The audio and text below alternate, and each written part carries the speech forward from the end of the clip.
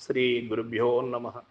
సుజ్ఞాన దీపమను గురుగీతల నుండి వేళ మనం 3వ అధ్యాయమనందు 148వ శ్లోకాన్ని భక్తి ప్రపత్తులతో పరిశీలన చేసుకుందాం. స్వయం తదా ద్విధో భూత్వా తాతవ్యం యత్ర కుత్రచిత్ కీటో భృంగ ఇవ ధ్యానా యథా భవతి తాదృశః. ఓ పార్వతి, ఈ పూర్వము చెప్పిన ప్రకారము బ్రహ్మస్వరూపమైన వాడు కీటకము ధ్యానము వలన తుమ్మిద అయిన విధముగా తాను ఆ విధమై ఎక్కడనైనను అన్ని చోట్లను ఉండదగినవాడు అంటూ ఉన్నాడు పరమేశ్వరుడు. ఇక్కడ తన్ను తాను స్మరణ చేసి తాను గురు స్వరూపము కావాలి అనా, లేక గురు స్వరూపమే అయి ఉన్నాడా అంటే అదే అయి ఉన్నాడు, ఇందులో అనుమానం లేదు. ఎందుచేతంటే రెండవది లేదు కదా, ఉన్నది ఒకటే ఉన్నది, రెండో వస్తువు ఏది కూడా లేదు.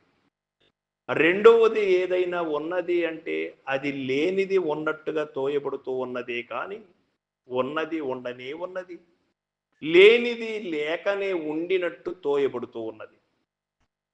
ఈ ఉన్నది ఉన్నట్టు తెలియడము కోసమే, లేనిది లేనట్టు తెలుసుకోవడం కోసమే గురు పాదములను పట్టి శరణు వేడవలసి ఉంటుంది. గురి కలిగి గురువు పైన ఉండవలసి ఉంటుంది. గురు పాదములు పట్టిన వాడికి గురు పదములు లభ్యమవుతాయి. గురు పదములలో ఉన్నటువంటి మర్మ ధర్మములను ఎరిగినటువంటి వాడు ఉన్న దైవాన్ని ఉండ చూడగలుగుతాడు. లేని ఎరుకను లేదు అని నిశ్చయించగలడు. యావత్ ప్రపంచము కూడా తోయబడుతూ ఉన్నదే కానీ ఉన్నది కాదు అని తెలియబడుతుంది. తాను తానుగా శోభిల్లాలి అంటే ఏమి చెయ్యాలి? ఇక్కడ అనునిత్యము గురువు చెప్పినటువంటి పదములను కన్ను మూసు వరకు కూడా, అనగా నిద్ర వచ్చు వరకు, నీవు చచ్చు వరకు కూడా మరువకూడదు అని కదా మనకు శాస్త్రం. ఆ శాస్త్రానుసారముగా మరువక జపించు అటువంటి వాడు అదే అవుతాడు. జపించే వస్తువు లేకపోతుంది. తెలియబడాలి, తెలుసుకోవాలి అనే తపనచే తెలుసుకున్నటువంటిది లేకపోతుంది.